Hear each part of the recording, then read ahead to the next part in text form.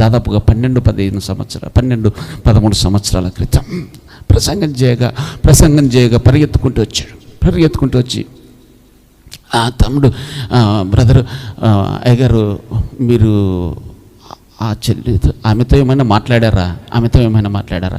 ఎవరితో ఆమెతో ఏమైనా మాట్లాడారా?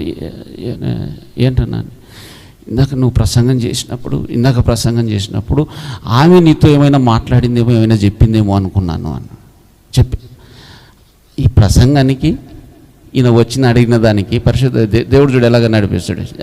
అడిగిన దానికి సంబంధం లేదు. మాట గమనించండి, సంబంధం లేకుండా నాకు ఆలోచన వచ్చింది. ప్రసంగం చేశాను, చేసిన దానికి ఇక్కడ వచ్చినటువంటి దానికి ఏంటా అని ఆలోచన వచ్చి ఆమెను పిలిచి అడిగాను, ఆ చెల్లిని పిలిచి అడిగాను, అమ్మ ఏమిటి ఇలాగా అడిగాడు అన్నాను.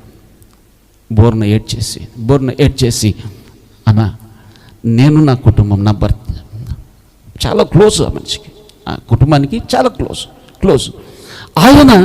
ఆయన నన్ను ఒక కూతుల, ఆయన బిడ్డకు మ్యారేజ్ సెట్ అయింది. పెళ్లి చేసేటువంటి ఆ కార్యక్రమాల్లో ఉన్నాడు, పెళ్లి చేయవలసినటువంటి కార్యక్రమాల్లో ఉన్నాడు. నేను ఆయన బిడ్డ లాంటి దాన్ని ఆయన పట్టుకున్నటువంటి విధానం, షేక్ హ్యాండ్ చేసేటువంటి విధానం, ఆయన వేసేటువంటి ఆ యొక్క కామెడీలు కానీ సెటైర్లు కానీ అదో రకంగా ఉంటాయన్న. మా ఆయనకు బ్రదర్కి చెప్పాను. ఆయనతో ఉన్నటువంటి కుటుంబంతో ఉన్నటువంటి సత్సంబంధం బట్టి, క్లోజ్నెస్ను బట్టి అతను అలాంటి వాడు కాదు అని అంటాడంట. నాకు తెలిసినటువంటి విషయం, ఆయన ఎప్పుడైతే ప్రసంగము చేయగా ఆ ప్రసంగంలో ఇలాంటి ఈ ప్రేరేపణ బట్టి, సందర్భాన్ని బట్టి, ఇదిగో నీ వయసుకు మించినటువంటి కార్యాలు చేస్తున్నావు, వయసుకు తగినటువంటి కార్యాలు నువ్వు ఆయన ఎదుట జరిగించాలి, నీ యొక్క పాపమును విడుచు అని ఆ యొక్క మాటలు మాట్లాడగా, ఆయన పలికినటువంటి మాట, చెల్లి చెప్పినటువంటి విషయము ఆ పరిశీలన చేయగా అతని బ్రతుకులో, అతని జీవితంలో ఉన్నటువంటి ఆ చీకటి కోణము భర్త సైతము నమ్మడం లేదు. కారణం భర్తకు తెలుసు ఇతని మంచితనం ఏమిటో, భార్యకు తెలుసు ఈ పక్షవాయు రోగముతో బాధపడుచు ఉన్న వ్యక్తి వీడు అని. ఈ మనిషి పక్షవాయు రోగముతో బాధపడుచున్నటువంటి వ్యక్తి, ఆయన బిడ్డతో సమానంగా ఉన్నటువంటి మనిషిని చూసిన ఆ యొక్క కళ్ళు ఓర్చుకోలేనటువంటిది, కళ్ళు తిప్పుకోలేనటువంటి, మాట మార్చుకోలేనటువంటి, ప్రేమ చూపలేనటువంటి పరిస్థితి. ఏ పరిస్థితి? ఒక పక్కనేమో మంచితనం, ఒక పక్కనేమో పరిశుద్ధత, ఒక పక్కనేమో పాపము, చెడుతనము. పక్షవాయు రోగముతో బాధపడుచున్నటువంటి వ్యక్తి, 3 సంవత్సరాల తర్వాత, అప్పుడప్పుడు ఆ సంఘానికి వెళ్ళినప్పుడు ముఖం చాటేసుకొని తిరిగేవాడు. తర్వాత 3 సంవత్సరాల తర్వాత వచ్చి కౌగిలించుకున్నాడు. హల్లెలూయా. కౌగిలించుకొని, అయ్యగారు, అప్పుడు బ్రదరు, తమ్ముడు అనేవాడు, అయ్యగారు, ఆ రోజు నువ్వు చెప్పిన మాట నా హృదయంలో అలాగా నాటపడింది.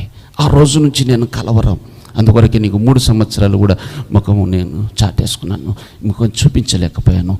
ఆ కార్యం ఆయన పశ్చాత్తాపడి చెప్పినటువంటి మాట చాలా కాలం తర్వాత వెళ్ళినందుకు చెప్పినటువంటి అంటే, ఆ సంఘంలో ఒక చక్కటి సంఘ పెద్దగా దేవుడు స్థిరపరిచి ఈరోజు నేను ఒప్పుకుంటున్నాను, నీ ఎదురు చెప్తున్నాను, నేను ఒకప్పుడు చీకటి బ్రతుకులో ఉన్నాను, ఒకప్పుడు రహస్యమైనటువంటి బ్రతుకులో ఉన్నాను. ఈరోజు ధైర్యంగా చెప్తున్నాను దేవుని సన్నిధిలో, అన్ని విడిచి దేవుని కొరకు బ్రతకచ్చు ఉన్నాను. గట్టిగా చప్పట్లు కొడదాము. హల్లెలూయా. ఆత్మ సంబంధమైన పక్షవాయు రోగముతో ఈరోజు విశ్వాస లోకము బాధపడుతూ ఉంది. ఆత్మ సంబంధమైనటువంటి పక్షవాయు రోగము, ఒక పక్క నీతి మాటలు, ఒక పక్క అబద్ధపు నాలుక, నోరు తెరిస్తే అనేకులు చెబుతున్నటువంటి మాట, వాడు పాస్టర్ ఏంటండి, వాడు సంఘ పెద్ద ఏంటండి, వాడు పాటలు పాడడం ఏంటండి, వాడు ప్రసంగం చేయడం ఏంటండి, వాడు ఎన్ని అబద్ధాలు ఆడుతాడో నాకు తెలుసండి. ఎన్ని అబద్ధాలు చెబుతాడో నాకు తెలుసండి, ఎంతమందిని మోసం చేస్తాడో నాకు తెలుసండి. వాడు పాస్టర్ ఏంటండి? ఈరోజు నిజంగా బాధాకరం, విచారకరం ఏంటంటే విశ్వాసుల కంటే మరెక్కువగా సేవకులకు బోధ అవసరమై ఉన్నది. సేవకులకు బోధ అవసరమై ఉన్నది. బోధ చేస్తున్నటువంటి సేవకులు సైతము పాపమును విడిచిపెట్టలేనటువంటి సంగతి, పాపమును విడిచిపెట్టలేనటువంటి పరిస్థితి. బోధపడినప్పుడేమో బల్ల గుద్ది చెబుతాడు అబద్ధం చెప్పకూడదని. గుద్ది చెప్పినటువంటి వ్యక్తే ఆ పులిపిటలాగా దిగగానే నోరు ధరిస్తే అబద్ధమే. పాటలు పాడేటువంటి వ్యక్తి సైతము, ఆరాధన జరిగించేటువంటి వ్యక్తి సైతము, సంఘ పెద్దలు సైతము ఆ యొక్క పరిస్థితిలో ఉన్నటువంటి వారే. ఈరోజు ఆయన ఒక పిలుపిస్తున్నాడు. ఎంతకాలం ఈ జీవితము? ఎంతకాలము నీవు ఇంకా ఆ పక్షవాయు రోగముతో బాధపడతావు?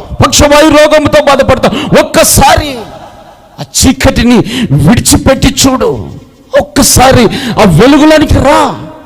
ఆ వెలుగుమయమైనటువంటి జీవితం యొక్క విలువేంటో చూడు.